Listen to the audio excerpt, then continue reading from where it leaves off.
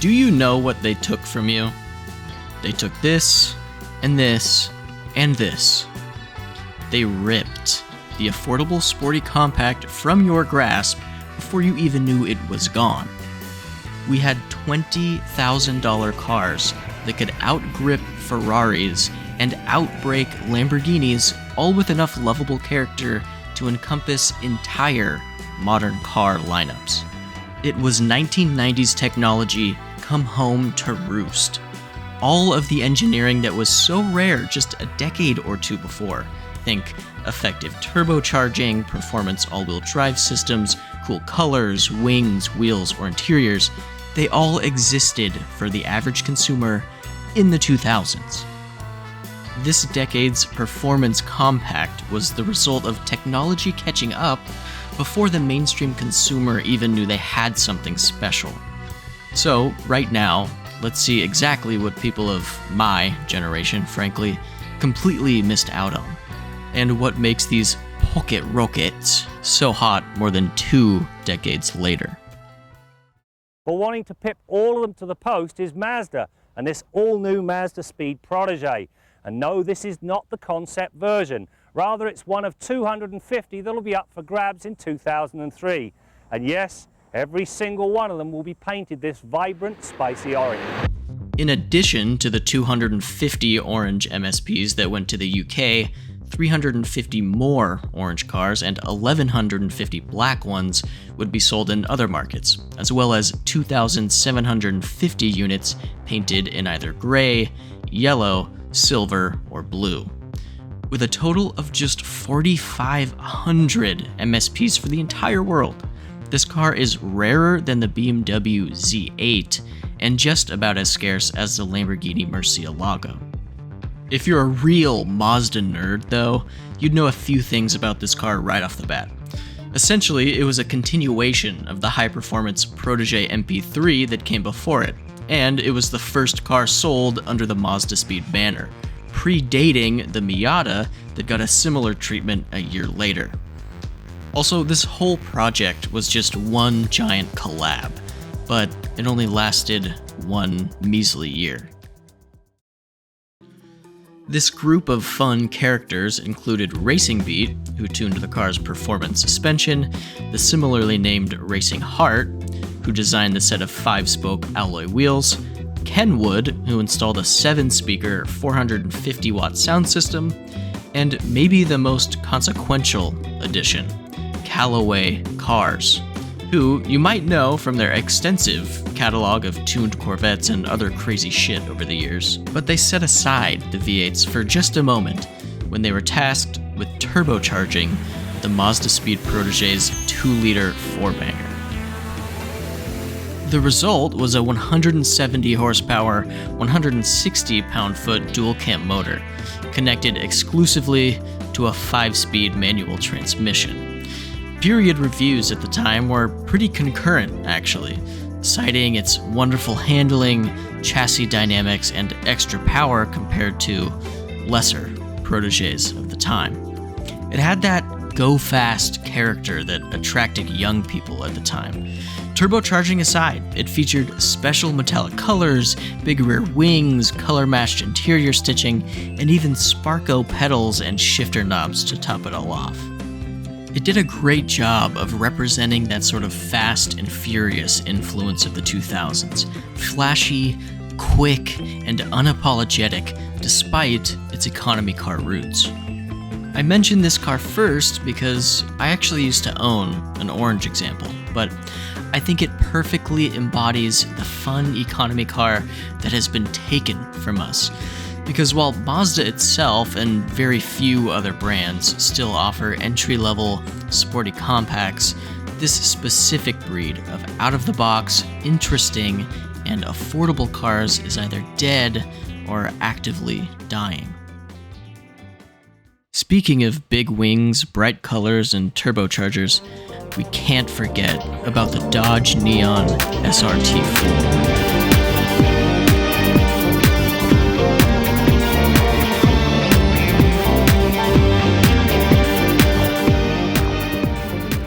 This car's journey is actually very fascinating, not just because the Neon was sold as both a Dodge and a Plymouth product, remember them, but it's because the effort to push the SRT4 through production was incredibly monumentous.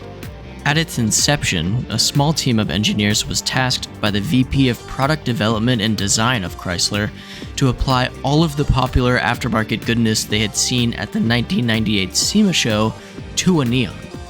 This entire project was all very grassroots, getting young engineers and enthusiasts to literally install their own tuner inspiration onto what their boss thought was a possible production vehicle. Early prototypes looked, well, almost exactly how it would debut for the public just a few years later, which is awesome in and of itself, but underneath, the Neon SRT, without the 4, as it was called at the time, would feature a supercharged inline-4 instead of the turbocharged unit we're all accustomed to now. Still, it took 3 full prototypes to finally get approval from the Chrysler brass, but they did it. And after some genius aftermarket-inspired design by Eric Stoddard, swapping in the PT Cruiser's engine block and heads, and some, horny advertising materials, the newly dubbed SRT4 finally hit the streets for the 2003 model year. Initially, it made 215 horsepower from its turbocharged 2.4-liter inline-4, but by the end of its production run, which only lasted 3 years, by the way, it would make 230 horses, driven by a 5-speed manual transmission that sent power to the front wheels only. Back in the day, both Car and Driver and Motor Trend did comparison tests, pitting the sport compacts of the time against each other. They featured the SRT4, the Mazdaspeed Protege, the Ford SVT Focus, and Nissan's Sentra SER Spec V. But can you guess who took first place in both? That's right, it was the Neon, the critics' choice. Why? Well, put simply, it was the most entertaining to drive. The Neon could outrun a Ferrari 575M Maranello through the slalom course and outbrake a Lamborghini Gallardo from 60 miles an hour. All in all, it lived a short life, yet it shone extremely bright, and it only cost about $20,000 at the time. However, a decade before the Pocket Rocket went mainstream, Subaru was not just selling a hot compact, but literally creating an entirely new segment of performance car, the all-wheel drive compact. And yes, the Audi Sport Quattro and the Mitsubishi Evo also existed, and I'll explain that later, but in terms of influence on car culture, they just ain't beating the WRX. Also, I'm not even a Subaru guy, so let it go. Anyways, the Subaru WRX, or as it was called at the time of release, the Impreza WRX, was a full-on homologation special, allowing Subi to enter the Group A Rally Series and subsequently dominate the sport. I'm talking straight up authoritarian style. They won not only 3 consecutive WRC championships, shout out Colin McRae, but also taking first place trophies in more than 160 rally championships across the world. And once this golden age of rally finally came to a close, Subaru would tease the rest of the world with its magic in a bottle, using road-going show cars like the 2.5 RX to edge the people even more, to the point where it was no longer a matter of if, but when the new Impreza WRX would finally be unleashed onto the world. Lo and behold, for the 2002 model year, it arrived on US shores, and it delivered on its promise of 227 turbocharged flat-4 horsepower, and all-wheel drive, and a manual transmission. In my opinion, and once again, I am not a WRX guy, but even I can admit it, this is easily the most unique, mass-produced hot compact we ever got. Not just because it was all-wheel drive, and that certainly helps, but because that all-wheel drive drew directly from its true and proven motorsport heritage. Like all the rest of the cars in this video, and perhaps even more so, The 2000s WRX provided variety and alternative car culture to those who wouldn't have otherwise experienced it. And even 10, 15, 20 years later, kids are buying, working on, vaping in, driving, and blowing head gaskets in these Subarus. And love it or not, all of this is continuing to keep the younger generation interested in cars. But like many great things in the automotive world, Honda did it first. And the hot compact is absolutely no exception. The first SI-branded Civic to hit the US market was the CRX, which in its mid-80s form was making just 91 horsepower. However, its performance would evolve from the early D-Series cars of the 80s to the B-Series cars of the late 1990s, and then of course to the K-Series motors in the mid-2000s, all decades of which were entrenched in the affordable, go-fast car culture that predates not just the WRX, but the Neon, the Mazdaspeed Protege, and the Focus SVT. But it's that mid-2000s Civic Si, the 2-liter K-Series 8th gen cars that truly fit our 2000s hot compact rubric. Yes, it brought the larger displacement engine with 197 horsepower and 139 pound-feet of torque to a Civic Coupe, but just 1 year later, Honda matched the rest of the field, adding the very first Civic Si sedan to its lineup. To me, this might be the greatest of all the hot compacts, and I literally used to own a Mazdaspeed Protege.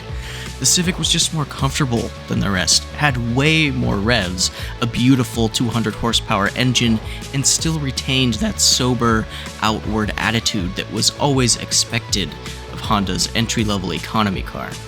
And also, if you've driven any or all of these cars, you'd know that the Honda's steering and shifter are miles ahead of the competition. And then there's that sound, yeah. Turbos make wonderful noises, but very few satisfy the eardrums like a K-Series slowly climbing to supercar levels of spin. And I have to give credit where credit is due, okay? Honda, after all these years, is still one of the only companies in this video that hasn't let you down. In 2007, the Civic Si sedan cost about $21,295. Adjusted for inflation, that's around $35,000. And the current 2026 Civic Si, it's only about $32,600. Of course, in the modern day, we have to account for stuff like weakened median wages, housing costs, lack of corporations paying taxes, sky-high grocery prices, government corruption, artificial intelligence taking over our sense of self-worth. But we can at least rest assured that Honda still knows a thing or two about the affordable, every person's sporty compact.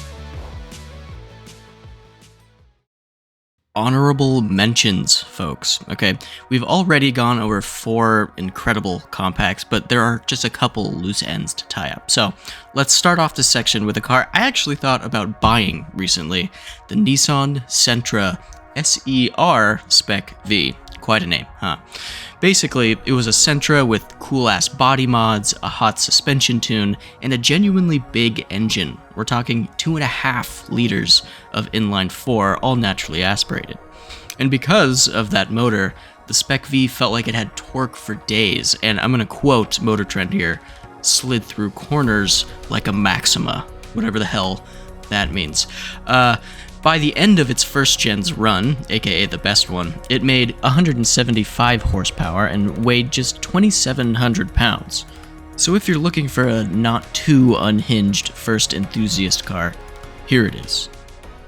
Next up is the Chevy Cobalt SS. And to Chevy, the SS badge is nothing short of an icon. Think about the Chevelle SS, Impala SS, Camaro SS. Simply, Chevrolet does not fuck around with the SS badging. So, when in 2005 they strapped that badge to the compact Cobalt, it was pretty serious. It originally came with a supercharged 2-liter LSJ engine, also seen in the Saturn Ion Redline. It was capable of about 205 horsepower and 200 pound-feet of torque. It also came with a 5-speed manual transmission, and it was painted in amazingly ridiculous factory colors like rally yellow, laser blue, and my favorite, amethyst metallic. Eventually, the Cobalt would switch to turbocharged forced induction, increasing its output to a relatively massive 260 horsepower by the end of its production run. Okay, very quickly, I want you to know that I didn't forget about the others. Cars like the Ford SVT Focus, the Mitsubishi Lancer Evo, or the Volkswagen GTI. Those all deserve their own sections, and every car in this video deserves its own video, but because the whole point of this video is to present perspective, I wanted to use the rest of the time to show you the current state of the industry relative to the cars we've already covered. So here we go. First up is Chevrolet, and we actually just talked about them, but this is easy because the only performance car it sells right now is the C8 Corvette. And yes, they have 5 different flavors of the C8, but none of them start under $70,000. Nissan, well, the only sporty car is the Z, which starts at about 43 grand, but unfortunately, Nissan is planning to limit production next year, meaning the examples that do exist will be harder to source, and therefore more expensive to purchase. Also, the Sentra is no longer offered in a genuine performance trim, so moving on. As for Dodge, do I even have to get into this? It's falling apart as is. They only sell 3 cars, none of which are on par with the SRT4 in terms of price or experience, so moving on once again. Now, I'm actually going to group Mazda, Honda, and Subaru together, but in a good way. These are the only companies we've covered so far that still offer relatively affordable entry-level sports compacts. Those being the Mazda 3 and Miata, the Civic Si, and the Prelude's kind of a whole other debate, and the WRX, all of which cost either the same or less in some cases than their older counterparts when adjusted for inflation. So, thank you to those companies, but please don't get rid of these cars. Listen, if you didn't catch it already, I'm desperately nostalgic for these kinds of cars, and I became an adult far too late to actually experience any of this stuff. I don't know, maybe it's my fault that I was playing Wii Sports Resort instead of saving for a Civic Si in 2009, but that's beside the point. I feel that I can speak for all of us who care about interesting factory-built performance compacts who are in our 20s or even 30s, that we yearn for a time when sporty compacts were affordable or simply just existed in the first place. Obviously, it doesn't seem that cars like these will make a comeback anytime soon with the current state of the industry, but at the very least, I appreciate your willingness to indulge me in my sort of old man defending his lawn kind of rant.